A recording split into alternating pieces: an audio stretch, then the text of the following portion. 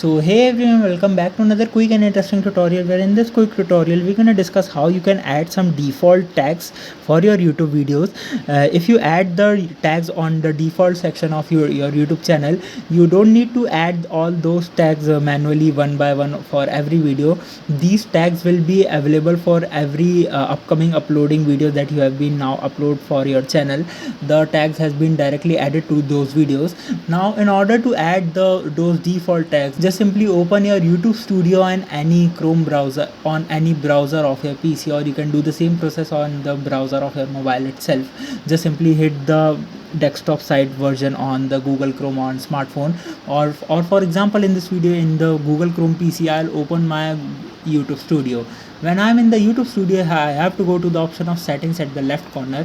When I go to this option, here you will see an option of upload defaults.